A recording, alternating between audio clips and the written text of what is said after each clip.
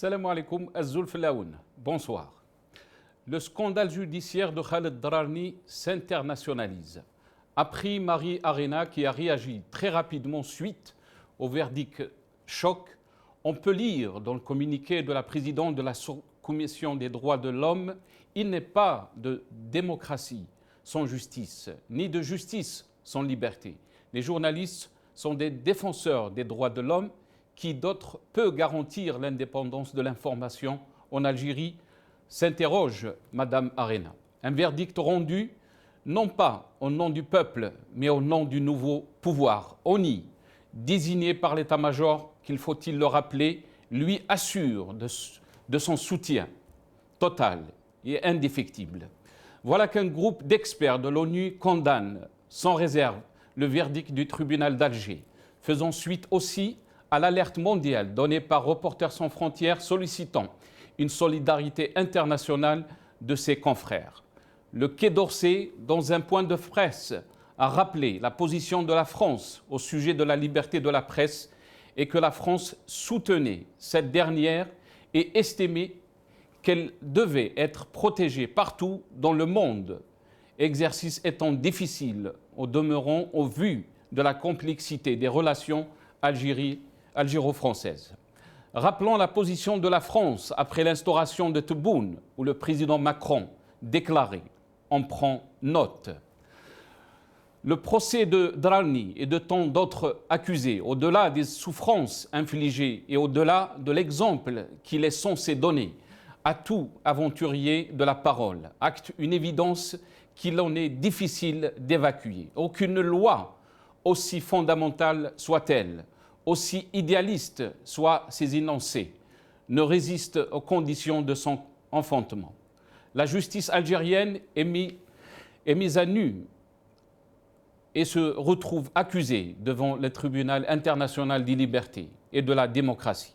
Il serait salutaire pour le pays que les barreaux d'avocats, le syndicat de la magistrature, les juges puissent se déterminer sur la façon de dire que le droit dans notre pays, une mobilisation intense et forte doit se manifester autour de tous les détenus d'opinion, tant à l'intérieur qu'à l'extérieur du pays.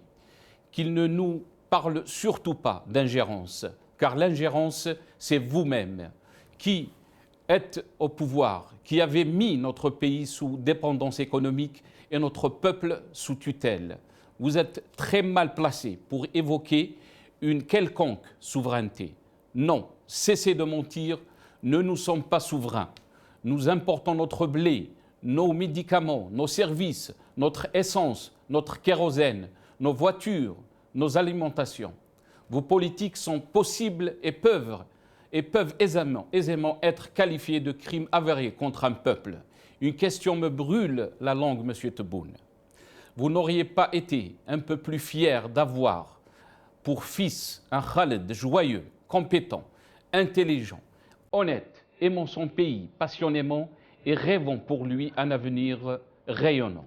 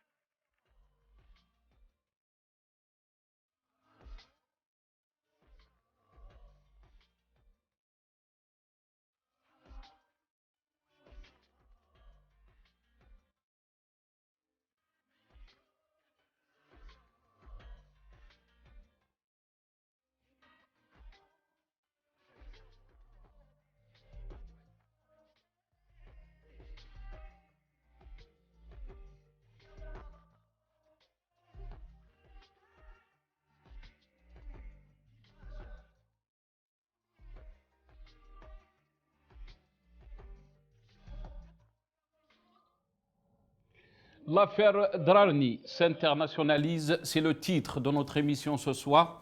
Et pour en parler, j'ai le plaisir d'avoir dans cette émission Brahim Younsi, ancien cadre du MDA de 82 à 86 via Skype depuis Paris. C'est Brahim, marhaba bik, bonsoir. Bonsoir aux téléspectateurs. C'est de 82 à 88. 82 et 88. Marhaba bik, c'est Brahim. On aura aussi le plaisir d'avoir Mohamed Ben Issa, qui est analyste politique, Montassar Abdroun, qui est journaliste et historien aussi depuis Alger, Zoubida Assoul, maître Zoubida Assoul, avocate et présidente de l'UCP. On aura aussi Ramadan Youssef Ta'zib, cadre du PT depuis Alger. Espérons d'avoir dans cette émission aussi le frère de Khaled Drarni, Chekib Drarni, depuis New York. Sibrahim, on va commencer avec vous. Alors, votre réaction face à ce verdict choc, si on peut dire, le verdict qui a touché bien sûr Khaled Drarni. Votre réaction, Sibrahim? D'abord, la condamnation, évidemment. C'est un verdict inique. Puis, la position que vient de prendre l'ONU, en particulier la Commission des droits de l'homme de Genève, est extrêmement importante parce qu'elle sort notre pays du huis clos dans lequel il se trouvait.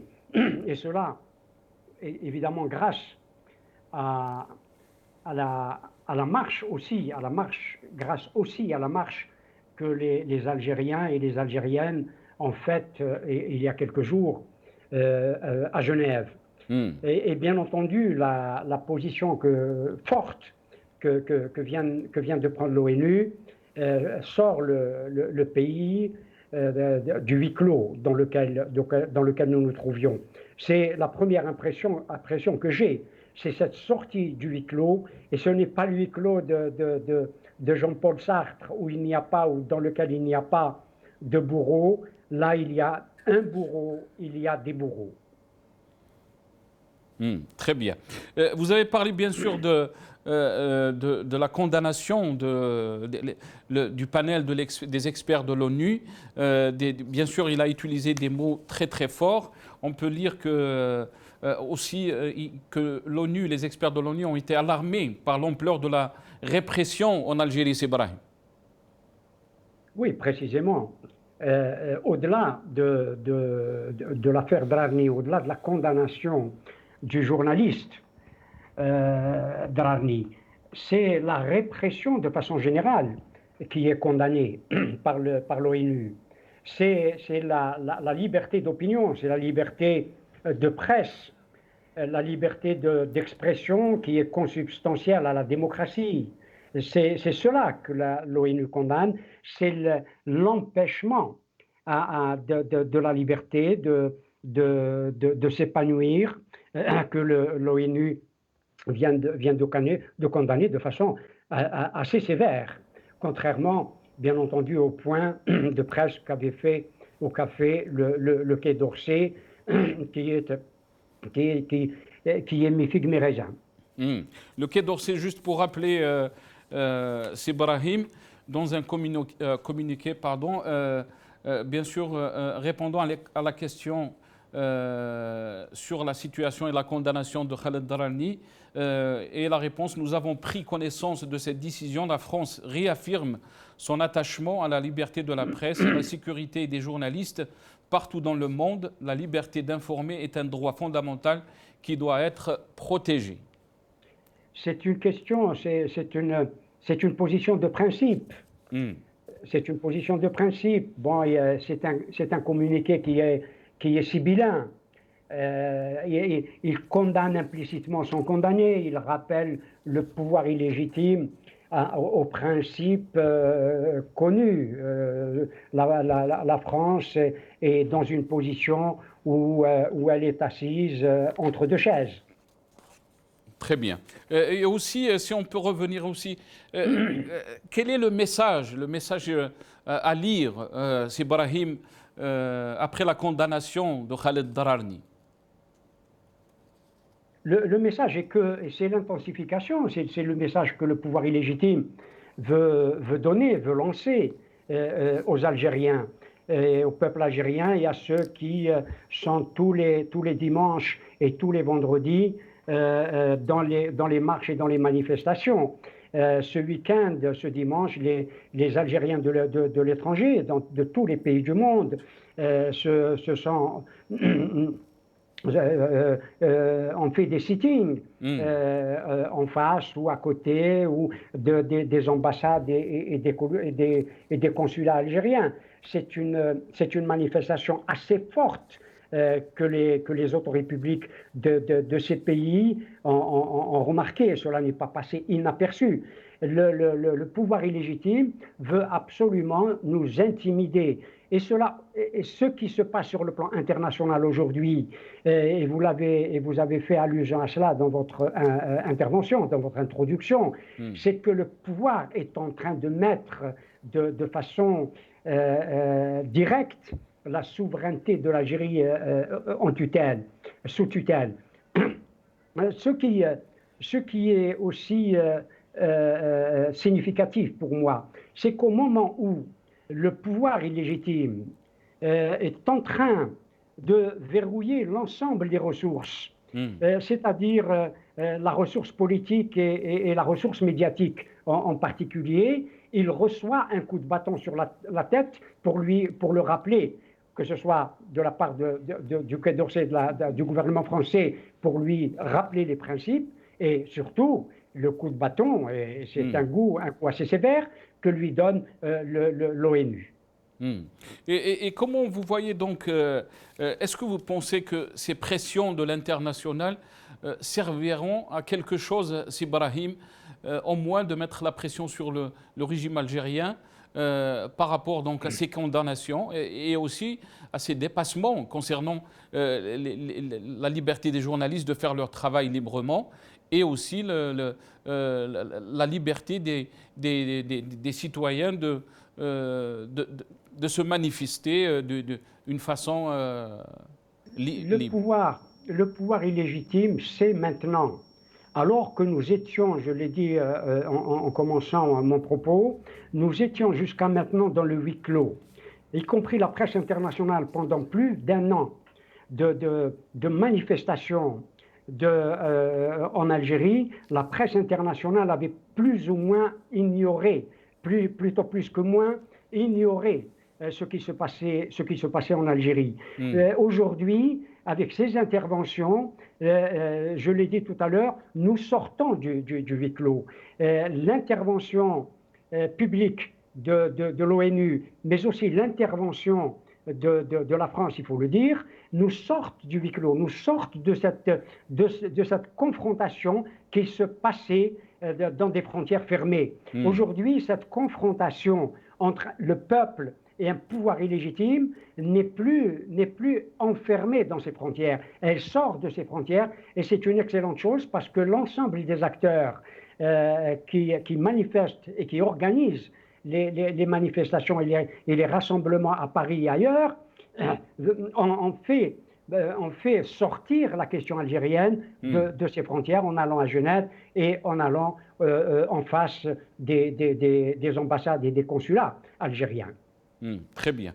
Je pense qu'on a avec nous Maître Zoubida Assoul, avocate présidente de l'UCP. Non, et on me dit qu'on l'a perdu. On a perdu donc toujours des soucis de connexion avec l'Algérie concernant donc le téléphone. Sibrahim, je reviens à vous. Maintenant, comment vous voyez donc la position surtout de ce régime qui est en train, bien sûr, beaucoup disent d'observateurs parlent qu'il a une feuille de route et qu'il est en train d'appliquer sa feuille de route. On nous parle d'une révision de la Constitution, d'un référendum qui sera tenu donc le 1er novembre, date symbolique. Est-ce que vous pensez que ces pressions de l'international peuvent pousser le régime à revoir cette feuille de route, si on peut dire? En tout cas, en tout cas les réactions internationales, mais il faut compter davantage, et je crois que c'est ça qui a entraîné, qui a fait que l'ONU et un certain nombre de pays, et actuellement la France, réagissent à ce qui se passe en Algérie, parce il y a des craintes, il y a des inquiétudes, et notamment des inquiétudes de dérapage, il faut le dire. Que le pouvoir illégitime en place va mettre, passez-moi l'expression, et je demande à mes compatriotes algériens de me pardonner, de mettre un peu d'eau dans son vin, si je puis me permettre. Je crois que le pouvoir illégitime d'Alger, qui jusqu'à maintenant a fait ce qu'il a voulu d'une certaine manière à l'intérieur du pays, la répression a été sauvage à l'égard de nos compatriotes au moment où le Hira, comme on dit, la révolution a commencé.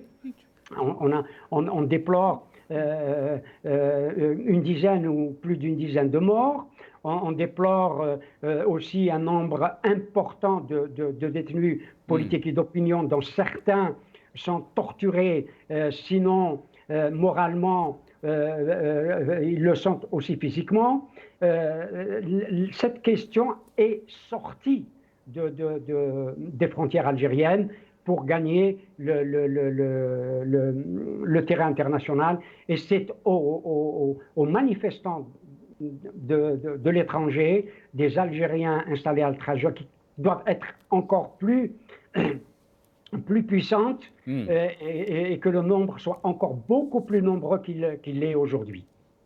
Donc vous pensez que le rôle de la diaspora aussi, il est très important, et on peut dire que c'est la continuité de ce combat qui est à l'intérieur. Je crois que effectivement, c'est un lien, il y a un lien continu, un lien indéfectible entre ce qui se passe dans notre pays et ce qui se passe et se fait à l'étranger, à l'extérieur de notre pays, notamment à Paris. Les manifestations à Paris, les rassemblements à Paris, les marches à Paris ont produit beaucoup de choses positives. Et je l'ai dit la dernière fois, toutes ces manifestations à l'étranger, que ce soit à Paris, qu'au Québec, à Londres, en Suisse et ailleurs, apportent de l'énergie aux Algériens, à nos compatriotes à l'intérieur du pays. C'est un soutien important que les Algériens de l'étranger, parce qu'ils vivent la même situation. Certains d'entre nous sont exilés, et beaucoup ne peuvent pas rentrer au pays parce que non seulement ils se feraient arrêter et mis en prison, mais ils craignent d'être également arrêtés et mis en prison. Parce que le pouvoir a sorti ses crocs et a commencé à réprimer à tout va. Restez avec nous, c'est Brahim Younsi. On essaiera de revenir à vous. On a eu beaucoup de difficultés, c'est Brahim, d'avoir nos invités depuis Alger. Vous savez très bien qu'il y a une coupure d'Internet en ce moment avec le bac et tout. Mais avec grand plaisir qu'on a le frère de Khaled Drarni avec nous via Skype depuis New York, Chakib Drarni. Marhaba bik, bonsoir Chakib, et merci d'avoir accepté notre invitation. Est-ce que vous m'entendez, Chakib? Oui, je vous entends très bien, oui. Très très bien. Yatik Sah, marhaba bik, et merci beaucoup. D'abord, juste aussi pour vous dire qu'on est solidaire avec votre frère en tant que journaliste, et nous condamnons aussi, nous aussi en tant que journalistes, ce verdict contre Khaled Drarni. Votre sentiment, Chakib, par rapport à ce verdict?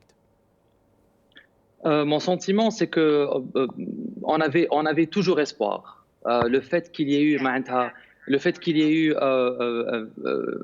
un appel nous a donné beaucoup d'espoir. Donc on pensait qu'il allait être libéré. On avait espoir. Mon sentiment, c'est qu'on est choqué, on est déçu. On est déçu de ce gouvernement parce que nous adorons l'Algérie. Je suis algérien, mon frère est algérien. On est né dans une famille qui nous a inculqué l'amour du pays. Et voir Khaled souffrir de cette manière est très décevant parce qu'il ne mérite pas ça.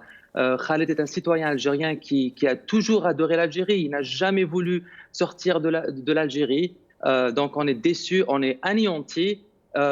Pour être sincère avec vous, hier c'était une journée noire pour l'Algérie et pour la famille, pour les parents, pour les amis, pour moi-même, même si je suis à New York. Mais ce que je peux vous dire aussi, c'est que on va se serrer les coudes. En combat, on va continuer le combat pour Khaled. Et nous sommes la voix de Khaled, même s'il est en prison, même il peut pas parler en ce moment, que ce soit moi à New York ou bien les gens partout à travers le monde, on continue cette bataille et ce combat pour Khaled et pour la liberté d'expression en Algérie. Pourquoi donc cette condamnation, Chekib? Vous avez parlé, vous avez dit qu'il y avait quand même un espoir que Khaled pourrait être libre. Est-ce que vous pensez que le procès de Khaled Drarni, votre frère, a été fait pendant la conférence de presse de Tebboune, qui a parlé, bien sûr, qui a qualifié Khaled Drarni de Khabarji? D'abord, il ne devrait même pas avoir de procès. Le fait que Khaled est en train de passer par cette épreuve horrible, le fait de mentionner Khaled pour la même phrase avec le mot procès, c'est pas normal. Son travail, c'est un journaliste. Pour ce que le président, M. Tebboune, a dit concernant Khaled, c'est très choquant, c'est très choquant. Monsieur Tebboune appelait Khaled si Khaled pendant l'interview. Khaled a interviewé Tebboune, ça fait quelques années sur son plateau. Monsieur Tebboune appelait Khaled si Khaled. Et voir qu'aujourd'hui, quelques années après, Khaled est emprisonné pour son amour du pays, c'est choquant. Il y a eu un article, un très bon article rédigé par Reporters sans frontières il y a 2 ou 3 jours. C'était un article qui a énuméré tous les incidents que Khaled a endurés. Par exemple, les plusieurs fois que Khaled a été arrêté, il y avait des camions devant la porte, devant chez nous. Donc Khaled est passé par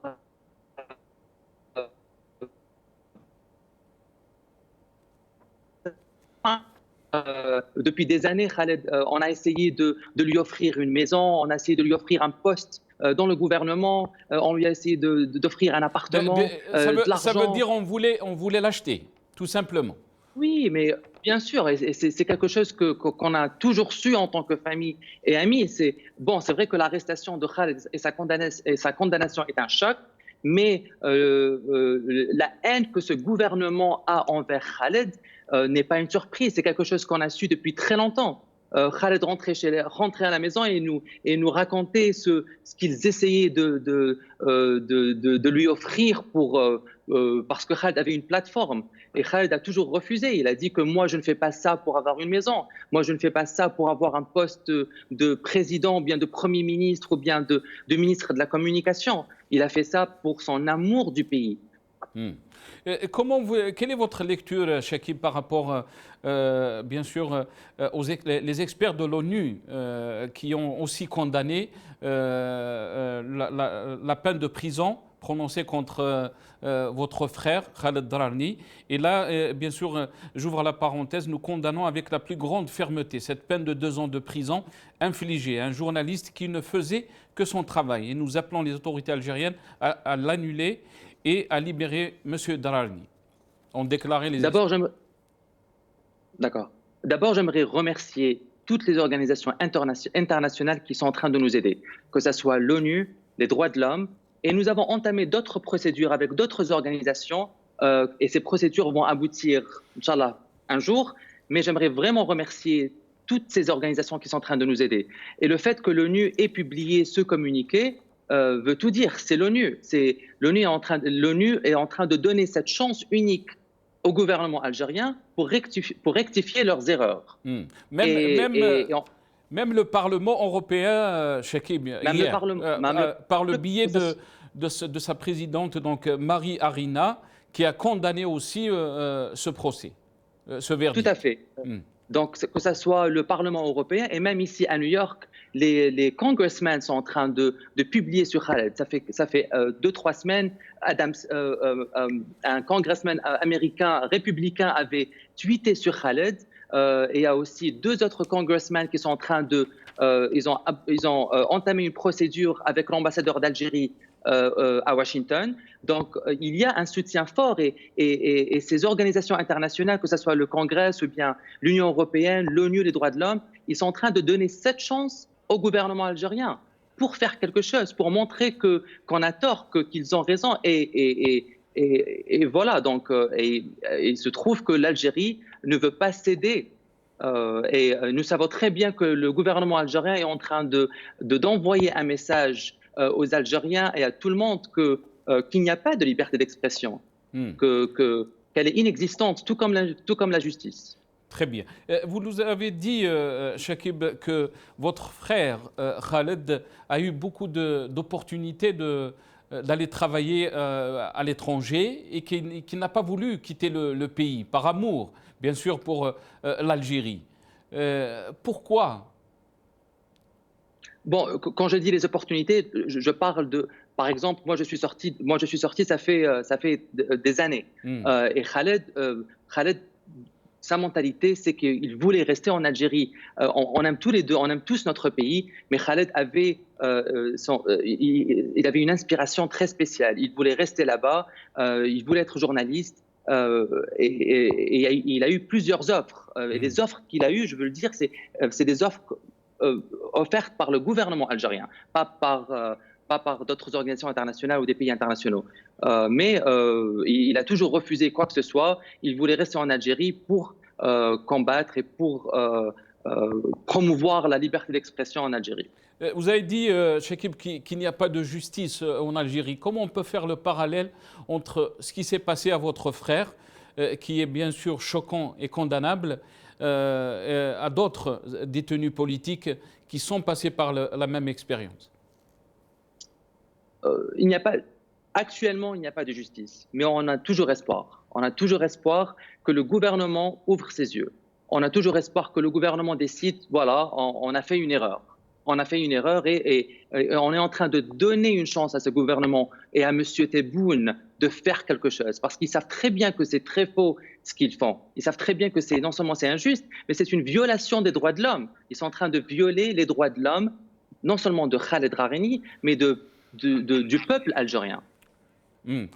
Vous avez dit, est-ce que vous pensez que l'erreur, Chakib, a été faite seulement avec Khaled Drareni, ou c'est une erreur aussi que, si on peut dire, c'était systémique, c'est une politique qui a été systémique par rapport aussi à d'autres détenus politiques?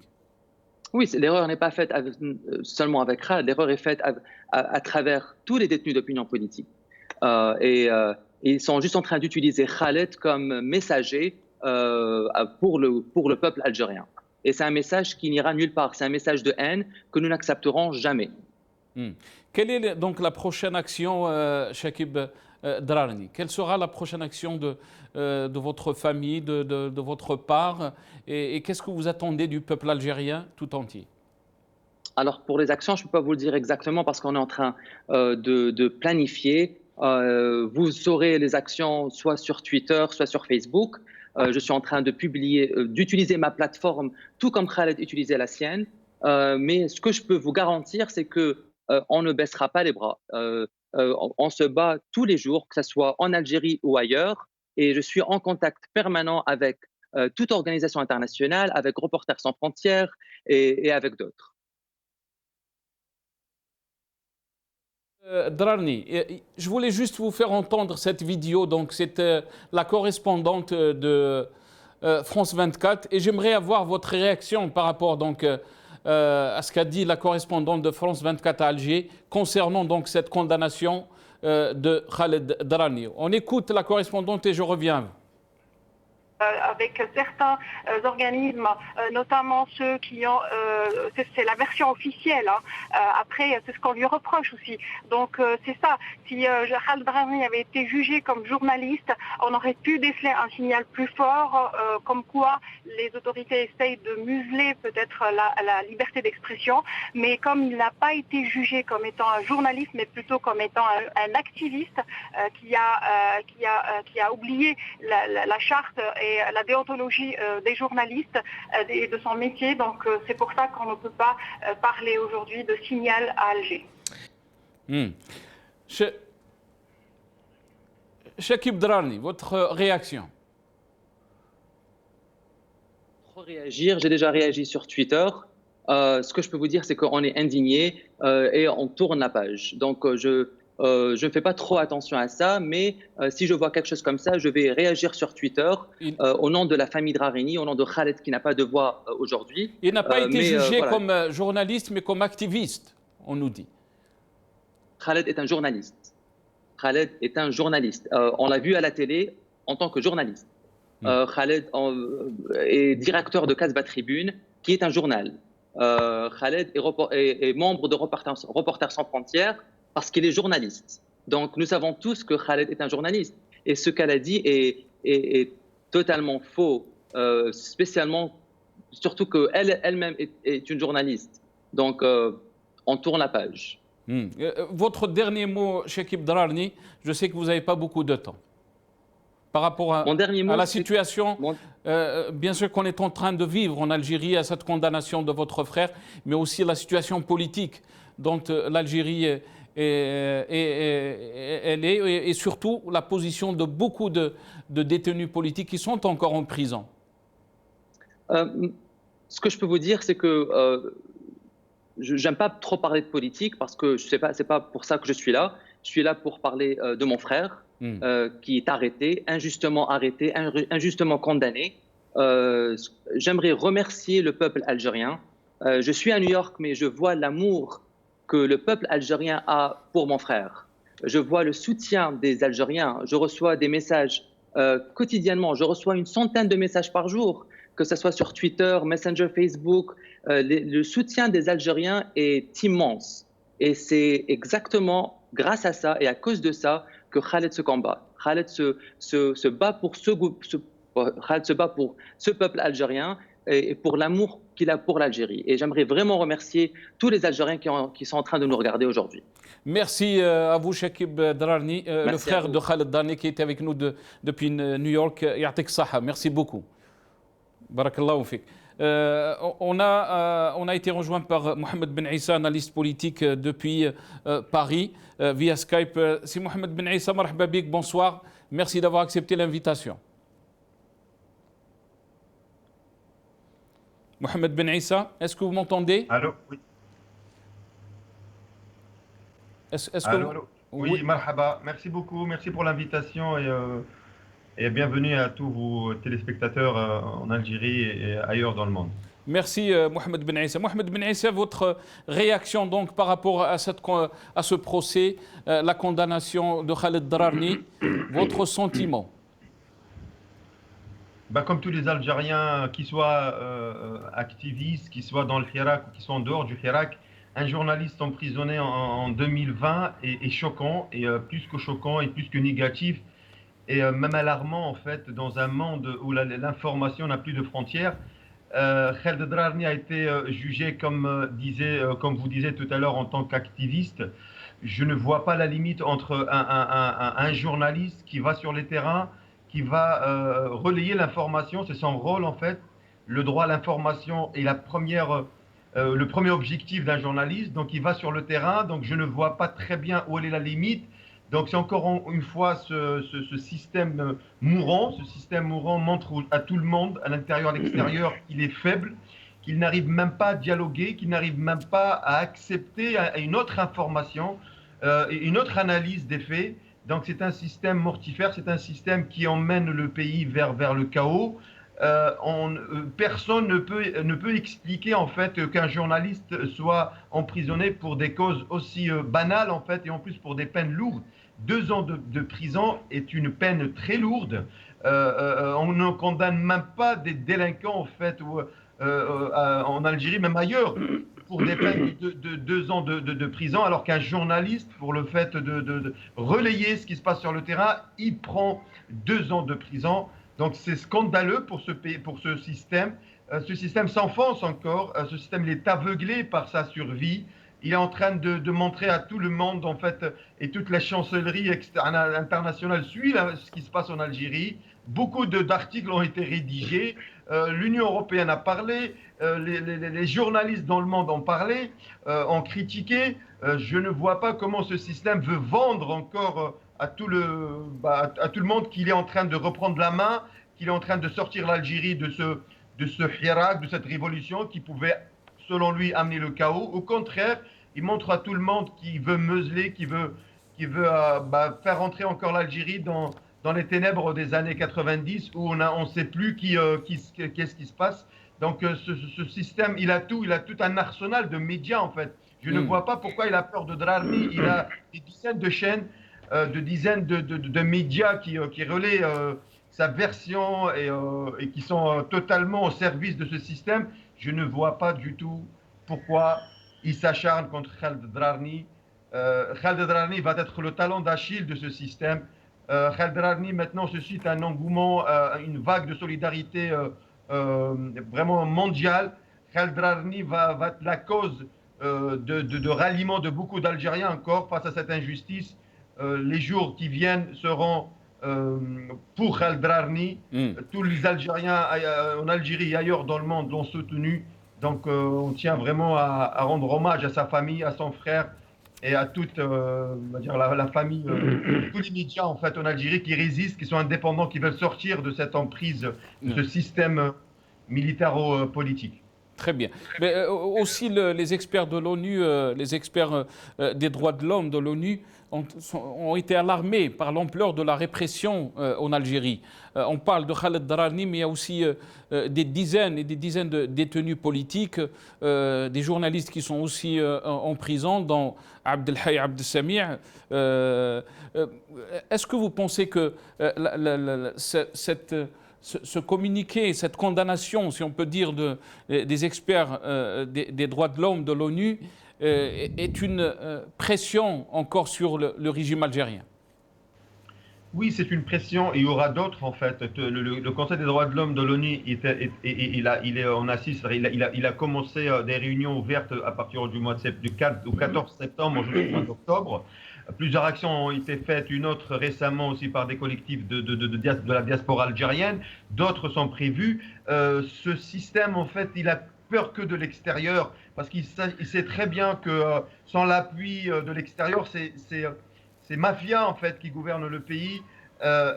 Ils placent tout leur avenir, l'avenir de leurs enfants à l'étranger. Donc, ils ont vraiment peur de l'étranger. Ça va encore leur faire mal. Et donc, après, on peut se poser les questions. Qui a décidé ainsi pour Khaled Drarni? Est-ce qu'il y a vraiment une aile de ce bourbion mafieux en Algérie qui veut casser un autre? Est-ce que c'est un règlement de compte entre Tebboune et entre d'autres qui ne sont pas d'accord avec lui? Donc, personne ne peut comprendre encore les retombées de cette décision qui est très négative pour même la feuille de route qui arrive, la future réforme constitutionnelle qui est rejetée d'emblée par tout le peuple algérien.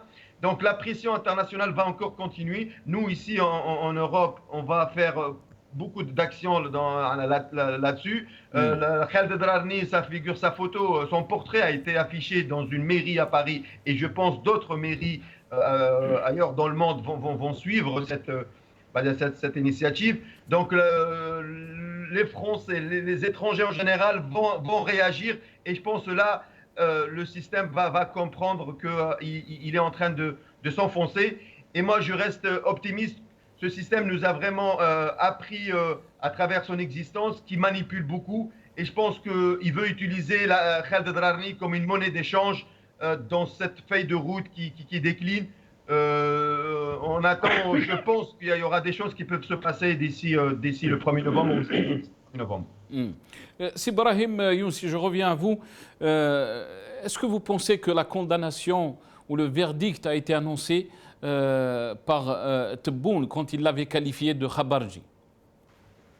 Oh, ça a certainement, effectivement, ça a eu un impact et une conséquence, évidemment. Khaled Drani a été condamné à ce moment-là. C'est clair que l'intervention du président illégitime a incité l'injustice à s'exercer sur un journaliste. Ce qui est assez plus que choquant et banal à la fois, à savoir que l'on condamne un homme et d'autres hommes pour être des activistes. Qu'est-ce que cela veut dire? Quelle est la loi qui condamne des activistes, c'est-à-dire des militants? Quelle est cette loi? Un activiste n'est pas condamnable, il n'a commis aucun délit, il n'a commis aucun crime. À ma connaissance, Khaled Drani, qu'il soit considéré comme un activiste ou comme un journaliste, il y a des journalistes qui sont des activistes, c'est-à-dire des militants, et on les voit souvent se revendiquer et se battre sur le terrain et appartenir à des partis politiques, quelle que soit leur orientation. Khaled Drani est un journaliste. Et un journaliste, comme disait François Mauriac à propos de Jean-Paul Sartre, c'est un homme vrai pour qui écrire, c'est agir. Et ce verbe agir est important aujourd'hui dans notre pays, parce que le peuple algérien est dans la philosophie de l'action. Il agit, et il agit à toutes les personnes.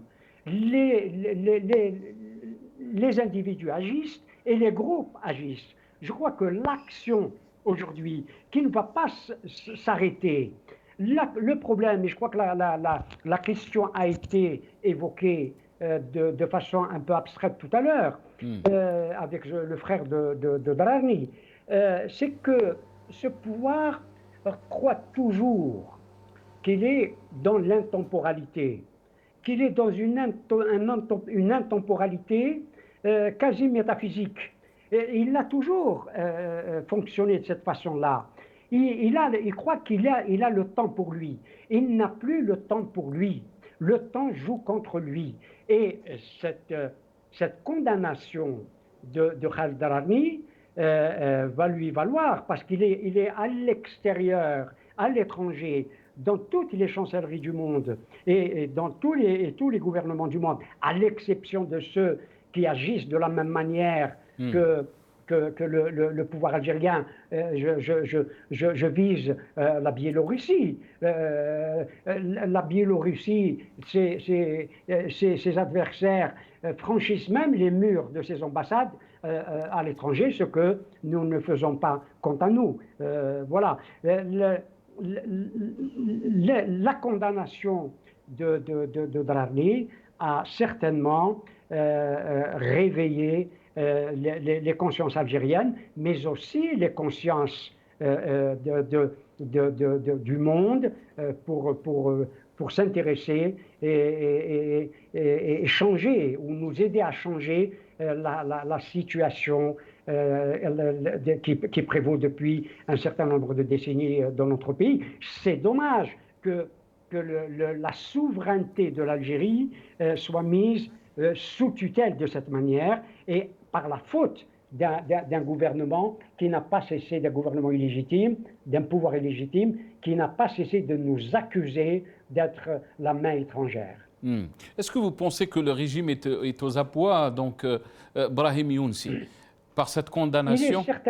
Il est certainement aux abois, pas seulement pour des raisons extérieures, elle touche un Algérien, par la réaction extérieure et d'organisations internationales comme l'ONU ou d'États, mais le pouvoir illégitime est aux abois pour des raisons intérieures, pour des raisons à la fois politiques, parce que le peuple algérien, je viens de le dire, est dans la philosophie de l'action, mais aussi il est aux abois parce que la situation économique et sociale est catastrophique, pas seulement à cause de la pandémie.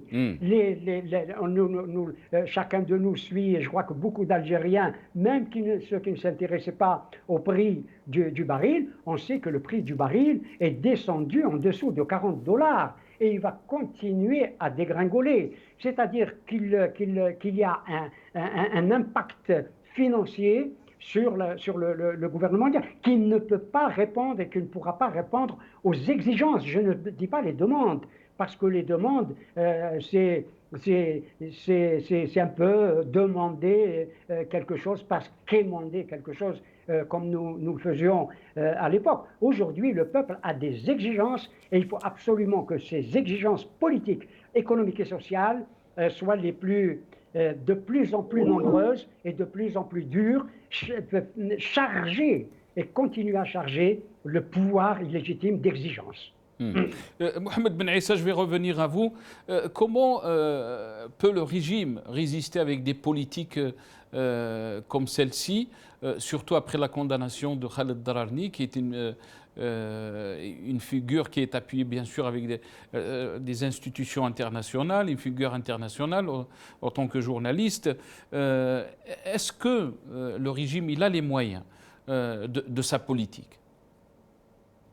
Non, le régime n'a pas du tout les moyens. Le régime il est en train de s'enfoncer. En fait, comme je disais tout à l'heure, il était vraiment aveuglé. Il est aveuglé par sa survie. Et il commet erreur après erreur. Et dans ce gouvernement, il y a tous les paradoxes, en fait. Quand on parle de Drarni et qu'on le traite de Khabarji, le ministre de la Communication, le monsieur Belhimer, Ammar Belhimer, c'est lui qui a fourni des notes pour un institut, Jacques Berg, un institut qui est lié au ministère de la Défense en France. C'est lui qui a, quand on parle de Drarni, qui a bénéficié de 4 billets d'avion, je ne sais pas, 2 billets d'avion à travers l'ambassade de France. Monsieur Belhimer, il en a bénéficié de minimum 4 ou 5 par l'ambassade de France. Donc, Ali Ben Saad, le chercheur algérien, franco-algérien en France, est vraiment à apporter cette information cruciale que Belhimer avait écrit des notes, et ça, c'est plus grave, ça, que cette personne qui maintenant ministre avait fourni des notes stratégiques pour l'armée française. Et on sort maintenant, on parle de Khabarji. Je ne sais pas c'est qui le Khabarji. Un journaliste, il fait son travail.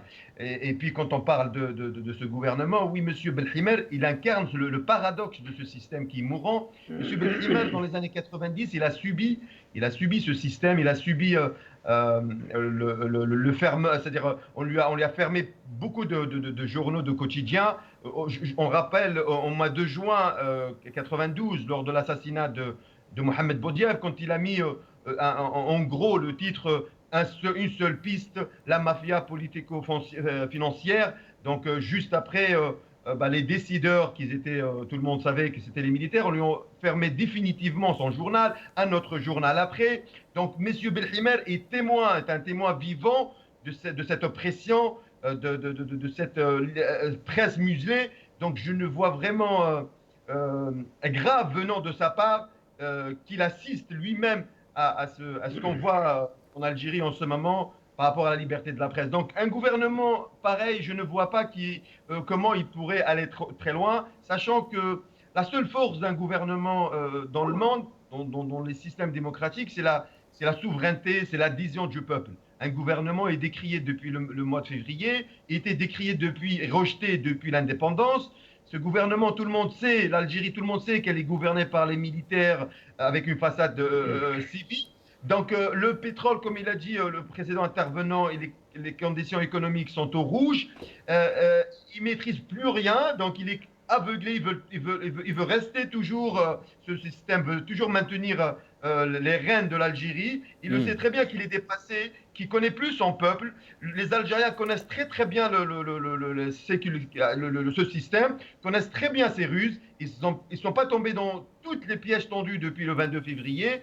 Je pense que tout est pour le Hirak, tout est en faveur en ce moment à cette belle révolution. Il faut juste patienter et maintenir la pression. Ce système ne va pas tenir parce qu'il n'a aucun élément. À l'intérieur, on sait très bien qu'il y a un clan qui se bat contre un autre clan. On sait que le clan du Gaïd Salah a été éliminé par un autre nouveau clan. On entend souvent que le clan de Tawfik y revient en force.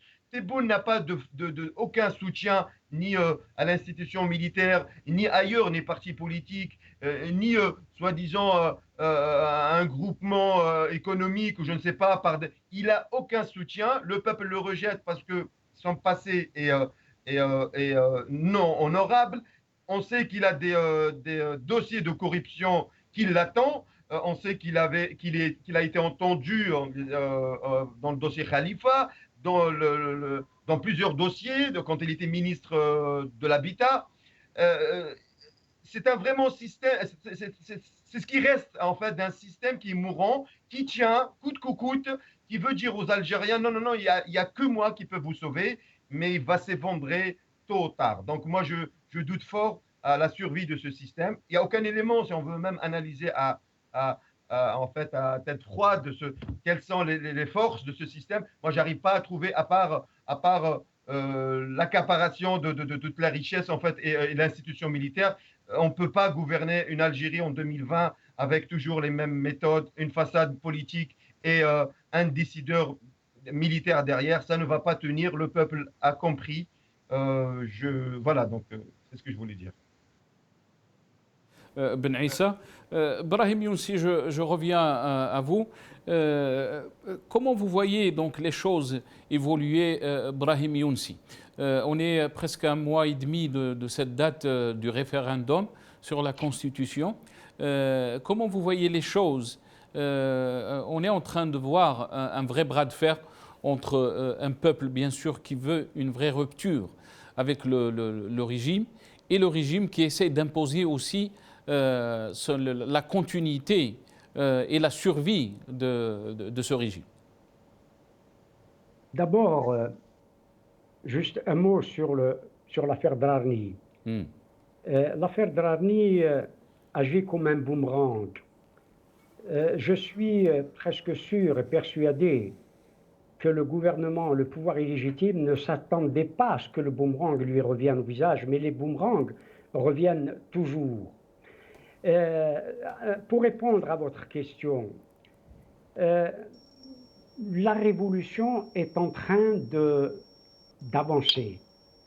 Elle est en train de s'accélérer. Il y a une accélération en dépit de ce qui se passe en Algérie, où la situation est différente de celle qui prévaut à l'extérieur, à l'étranger. Mais y compris en Algérie, la révolution s'accélère et il y a une accélération de la révolution. Le pouvoir illégitime se trouve dans une situation... Je vais vous couper, c'est Brahim. Vous avez dit, je m'excuse, je vous rends la parole tout de suite.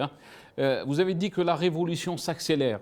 Est-ce qu'elle s'accélère dans une voie qui est très claire ou elle s'accélère dans toutes les voies? Non, non, elle s'accélère dans la voie parce que cette révolution, depuis le 22 février 2019, s'est fixée une destination.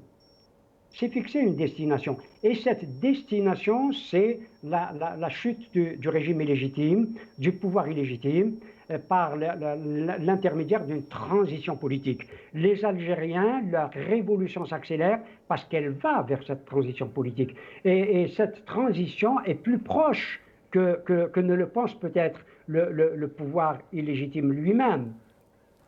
La révolution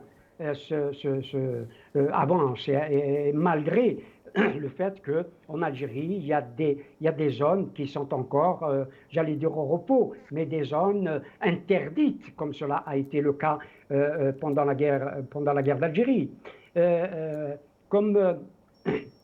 Comme disait Romain Rolland à Panaïti Strati, je ne veux pas de l'être exalté, mais je veux des œuvres. Or, le peuple algérien qui était peut-être dans l'exaltation, il est aujourd'hui à fabriquer des œuvres, à agir, je l'ai dit tout à l'heure. Il est dans l'ouvrage. Il est en train de travailler de façon directe pour faire tomber ce système et ce régime, parce que ce régime doit tomber d'une manière ou d'une autre. Et il vaut mieux qu'il s'en aille avec l'accord de la population en préparant une transition. Cela vaut mieux pour les hommes qui aujourd'hui sont à la tête du pays et ça va mieux aussi pour le pays et le peuple algérien. Je crois que le pouvoir actuel, le pouvoir illégitime, est en train, et passez-moi l'expression, en train de tirer ses dernières cartouches. Très bien, restez avec nous, Brahim Younsi.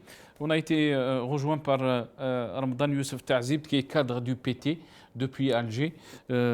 Beaucoup de difficultés à avoir nos invités d'Algérie avec les coupures d'Internet, malheureusement.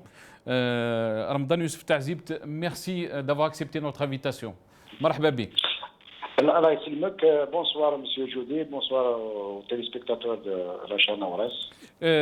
Ramadan Youssef Ta'zib, si on revient un peu très rapidement donc, sur cette condamnation de Khaled Drarni, bien sûr le verdict était un vrai choc. Vous, au PT, aussi dans le PAD, vous vous êtes réunis aujourd'hui. Quelle est votre réaction donc, par rapport à ça? Bien sûr, c'est une constatation générale. Le choc est énorme parce que c'est la Cour d'appel d'Alger qui a condamné à 2 ans de prison ferme le journaliste Khaled Drarni. J'insiste sur le mot journaliste parce que nous sommes en train de constater que, bien sûr, Khaled Drarni, malgré lui, devient un symbole de ce combat pour la liberté, de ce combat pour la démocratie, mais il ne faut pas oublier que nous avons au moins une cinquantaine de prisonniers d'opinion, journalistes, activistes, hommes politiques qui croupissent dans les geôles de ce système et qu'en réalité ce sont des centaines de citoyens qui sont soit condamnés, soit poursuivis toujours en justice. Oui, il y a une réunion du pacte de l'alternative démocratique aujourd'hui qui va adopter un communiqué pour condamner cette condamnation, mais aussi pour exprimer la solidarité inconditionnelle du journaliste Khaled Drarni, qui est condamné, faut-il le rappeler, par rapport à ses activités professionnelles, c'est-à-dire le fait d'avoir couvert une activité. On est en train d'assister à la criminalisation de l'action politique, à la criminalisation de l'opinion. Nous sommes en train de constater que c'est la pensée unique, c'est le système de parti unique qui revient en puissance. J'en veux pour preuve cette réunion du ministre de la Communication avec les patrons des télés publiques et privées qui ont reçu une feuille de route pour faire la propagande pour le référendum du 1er novembre. Nous sommes en train de constater un tournant autoritaire dans notre pays. Bien sûr, cette sentence grave, cette condamnation lourde du journaliste Khaled Drarni, c'est un message pour tous ceux qui résistent au totalitarisme, ceux qui résistent à la politique de fait accompli. C'est un message pour toute la presse algérienne, pour les journalistes qui continuent de travailler dans des conditions extrêmement difficiles. N'oublions pas ce qui est arrivé à Al-Watan, qui a été privé de publicité au lendemain de la publication d'un article sur les fils de l'ancien chef d'état-major de l'ANP. Donc, il y a une sorte de panique qui gagne le terrain au sein du pouvoir et la seule réponse que nous constatons aujourd'hui, c'est effectivement la répression et la fermeture hermétique du champ médiatique et du champ politique. Les activités des partis sont toujours frappées d'interdiction, il n'y a pas de salle, mais en même temps, ces condamnations qui restent choquantes, effectivement, ne font que renforcer Très bien. la population dans leur lutte pour un vrai changement du système. Et cette répression féroce ne va pas faire reculer la révolution, bien au contraire. C'est vrai que c'est un moment difficile, c'est un moment dur, mais en même temps, j'ai suivi les interventions de vos invités. L'ingérence étrangère, elle s'invite toujours dans des pays où il n'y a pas de démocratie, dans les pays où il y a des atteintes aux droits de l'homme, des atteintes on va revenir avec vous, Si Youssef, sur ce point-là. Restez avec nous. On a été rejoint aussi par Montassar Abtouroun, journaliste et historien depuis Alger. Montassar Abtouroun, merci d'avoir accepté l'invitation. Marhaba bik, bonsoir. Montassar Abtouroun. Alors, je pense qu'on a perdu, on me dit à l'oreillette, on a perdu Montassar Abtouroun. Montassar Abtouroun, est-ce que vous êtes avec nous? Non. Ramadan Youssef Ta'zib, je vais revenir à vous. Donc la condamnation, bien sûr, par les experts des droits de l'homme de l'ONU. Et là, je vous dis ce qu'a été, bien sûr, ce qu'on peut lire dans le communiqué. Nous condamnons avec la plus grande fermeté cette peine de 2 ans de prison infligée aux journalistes qui ne faisaient que son travail. Et nous appelons les autorités algériennes à annuler et à libérer. M. Drani ont déclaré les experts. Bien sûr, les experts de l'ONU sont alarmés par l'ampleur de la répression en Algérie. Quelle est votre lecture donc par cette condamnation des experts des droits de l'homme de l'ONU? Oui, évidemment, nous avons écouté les avocats de Khaled Drani. Ils ont démontré que la condamnation elle est arbitraire, qu'il n'y a aucun fait, il n'y a pas de faits qui sont étayés pour justifier cette condamnation absolument inacceptable de Khaled Drani. Il n'a pas porté atteinte à l'unité nationale ni à la sécurité nationale. Le journalisme, ce n'est pas un crime. Et bien sûr, tout le monde espérait que Khaled Drani allait retrouver sa liberté lors de son jugement par la Cour d'appel d'Alger. Khaled Drani est soutenu par des milliers de citoyens, de centaines de journalistes à l'échelle nationale, mais aussi à l'échelle internationale. Tout le monde s'attendait à un geste parce que c'est un procès politique. Il faut le rappeler parce que dans toute démocratie, il ne peut pas y avoir de délit de presse et on ne peut pas mettre en prison un journaliste parce qu'il a fait son travail, comme on ne peut pas mettre en prison un citoyen ou un activiste ou un homme ou une femme politique en prison parce qu'ils ont des opinions contraires à celles du pouvoir. Donc cette condamnation démontre encore une fois que le pouvoir est dans une voie autoritaire et que de plus en plus c'est un pouvoir isolé qui n'a pas de base sociale et ce n'est pas avec l'agrément de milliers d'associations qui sont recrutées par les méthodes de clientèle et de courtisanerie qu'il va créer une base sociale. Il faut rappeler que nous sommes dans un pays où il y a une révolution portée par des millions d'Algériennes et d'Algériens qui ne veulent plus d'un système oppresseur, d'un système qui a mis en danger la sécurité nationale, qui a mis en danger les biens de la collectivité nationale. Et nous constatons que aujourd'hui, ce pouvoir s'entête à continuer la politique répressive avec six dizaines de prisonniers politiques et d'opinion. Et bien sûr, que ce soit au niveau du Parti des travailleurs ou dans le PAD, la question de liberté, d'ailleurs, c'est l'une des décisions qui a été prise par le PAD aujourd'hui, c'est d'aller vers une journée de réflexion, d'étude sur la question de liberté, parce qu'on ne peut pas concevoir de démocratie sans liberté et sans liberté de presse. Très bien, restez avec nous.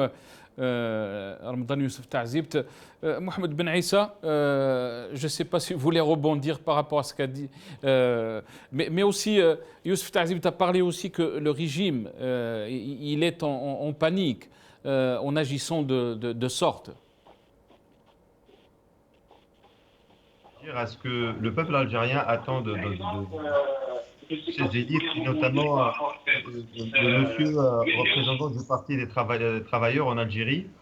Je pense que les condamnations à votre niveau ne suffisent pas. Le peuple algérien attend beaucoup plus de vous, sachant que vous êtes impliqué directement dans ce système à travers l'APN et à travers d'autres institutions. La condamnation ne suffit pas. Une journée d'études ne suffit pas du tout.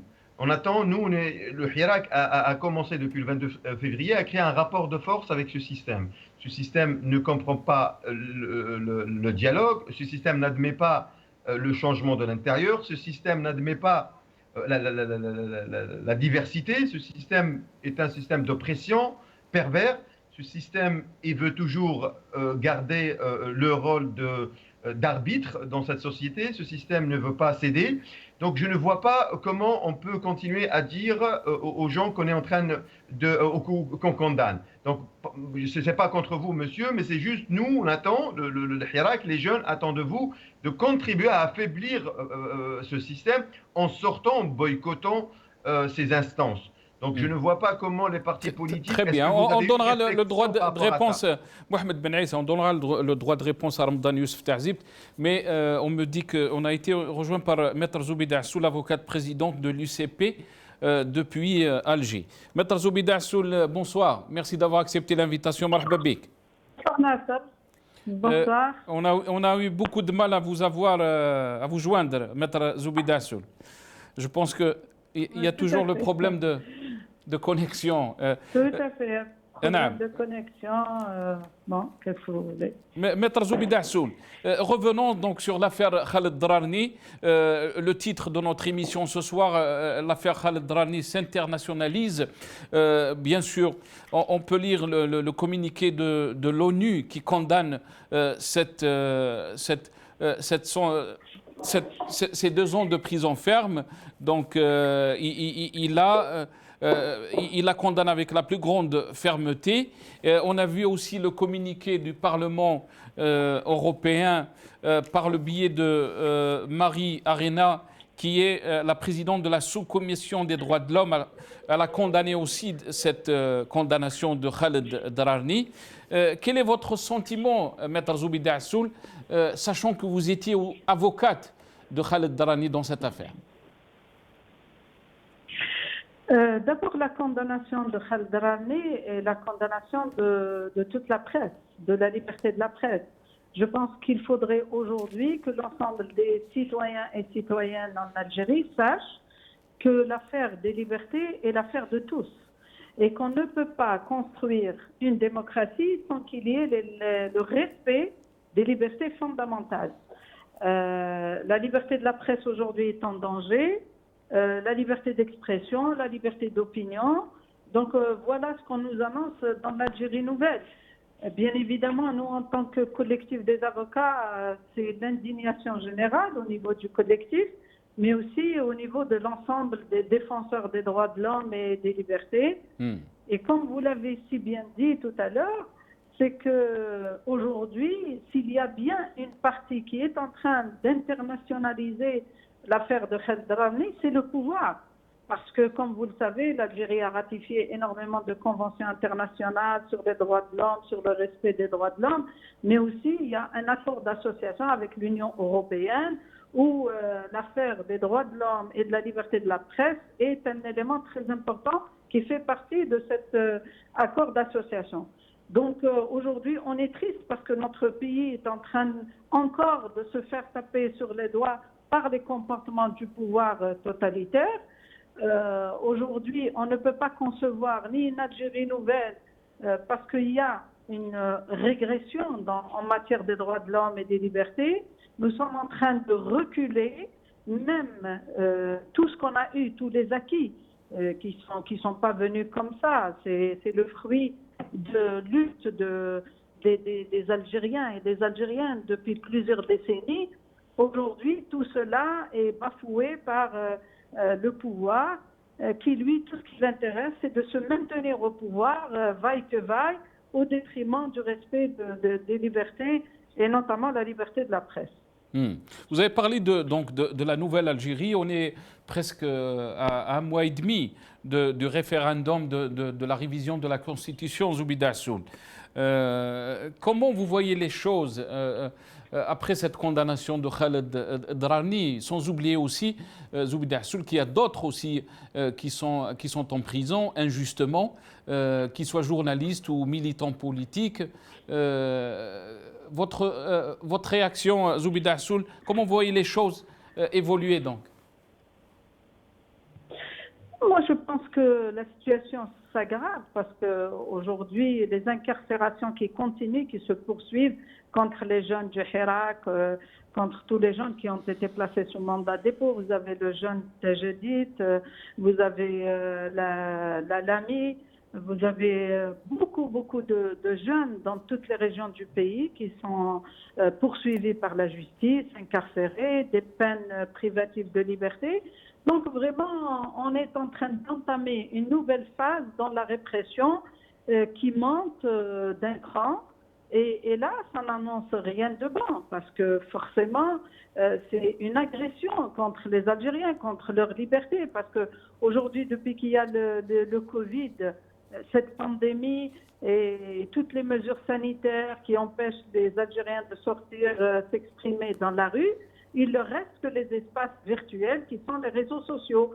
Aujourd'hui, c'est vraiment la chasse contre tous les Algériens qui s'expriment à travers les réseaux sociaux et on les poursuit avec des chefs d'inculpation, d'atteinte à la sécurité, la stabilité du pays, comme si ces jeunes-là peuvent constituer un danger quelconque. Donc moi, je vois que vraiment le pouvoir est en train de travailler contre lui-même parce que ce n'est pas la bonne manière. Et de toutes les manières, même la Constitution, le projet d'amendement, d'abord, en la forme, c'est un amendement qui est imposé par le haut. Le citoyen n'est pas du tout concerné, il n'a pas été partie prenante. Les partis politiques de l'opposition que nous sommes complètement en dehors parce que nous, on respecte la volonté populaire qui aspire à un changement profond de ce système. Donc cette constitution, elle ne va rien régler. Encore une fois, c'est une façon de la fuite en avant du système, mais qui ne va certainement pas régler la crise politique aggravée par une crise financière, économique et sociale dans les prochains jours, les prochaines semaines. Donc pour moi, ça ne va rien régler. Bien au contraire, ça va aggraver la situation si le pouvoir ne se remet pas en cause, parce que de toutes les manières, même s'il passe cette constitution, il ne va pas la respecter. Comme à chaque fois, il n'a jamais respecté ni la constitution ni les lois de la République, et c'est là où réside le problème de ce système. Merci, Maître Zoubida Assoul. Merci d'être avec nous. Il ne nous reste pas beaucoup de temps. Très rapidement, Ramadan Youssef Ta'zibt, le dernier mot. Monsieur Benaïssa, que je salue, saluer Aïcha Pi, que le Parti des travailleurs a quitté définitivement en bonne et due forme l'Assemblée populaire nationale un mois après le début de la révolution, c'est-à-dire en mars 2019, parce que nous sommes en accord avec les revendications principales du peuple algérien, à savoir le départ du système, de ses institutions et des séparatistes. D'ailleurs, en parlant de la Constitution, il faut quand même noter que le Parlement, issu de la fraude, du mélange de l'argent sale, c'est lui à qui échoua le vote pour la mouture de la Constitution. Donc aujourd'hui, bien sûr, le dernier mot, c'est que le peuple algérien n'a pas d'autre choix que de continuer à se battre, à résister, parce qu'il est dans son droit. Ses revendications sont légitimes à la souveraineté, à la démocratie, mais aussi aux droits sociaux et économiques, parce que c'est une révolution qui pose tous les problèmes qui ont été créés par ce système, que ce soit les inégalités sociales ou bien le manque ou l'absence carrément de démocratie et de justice indépendante. Et je pense que ces procès en cascade, dont celui de Khaled Drarni, montrent encore une fois que nous sommes en face du même système, même s'il y a eu un changement de personnel. Merci Ramadan Youssef Ta'zib. Dernier mot, Mohamed Ben Issa. Zoubida Hassan nous dit que ce pouvoir est en train de travailler contre lui-même. Je ne sais pas si vous m'entendez, Mohamed Ben Issa. Je pense qu'on a un petit souci avec le Skype de Mohamed Ben Issa. À vous la parole, Brahim Younsi. Le régime est en train de travailler contre lui-même. Est-ce que vous pensez qu'il y a des personnes sages au sein de ce régime?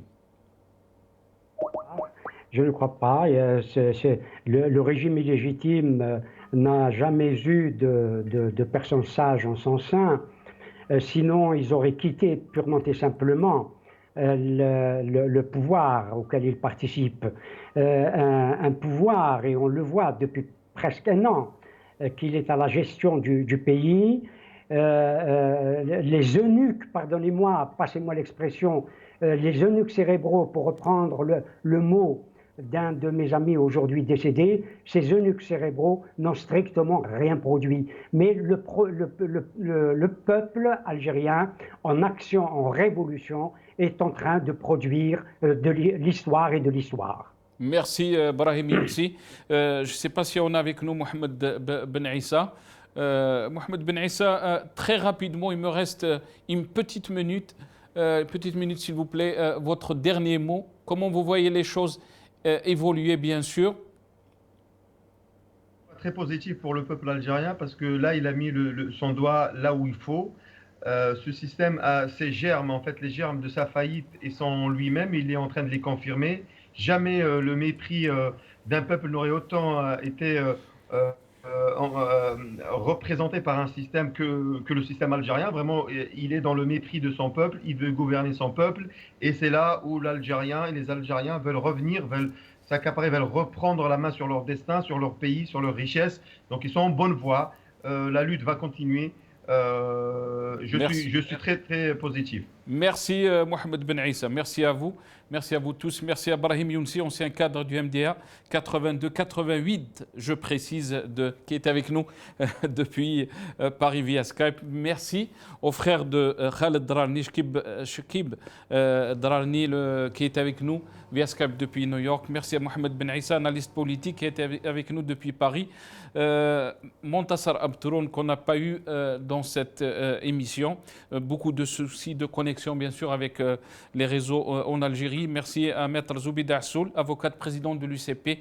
Merci à Ramadan Youssef Ta'zib, cadre du PT. Après cette émission, il suivra l'émission Fil Umq avec notre confrère Athman Sabaq. Je vous dis à demain, Inch'Allah. Bqaw ala khair.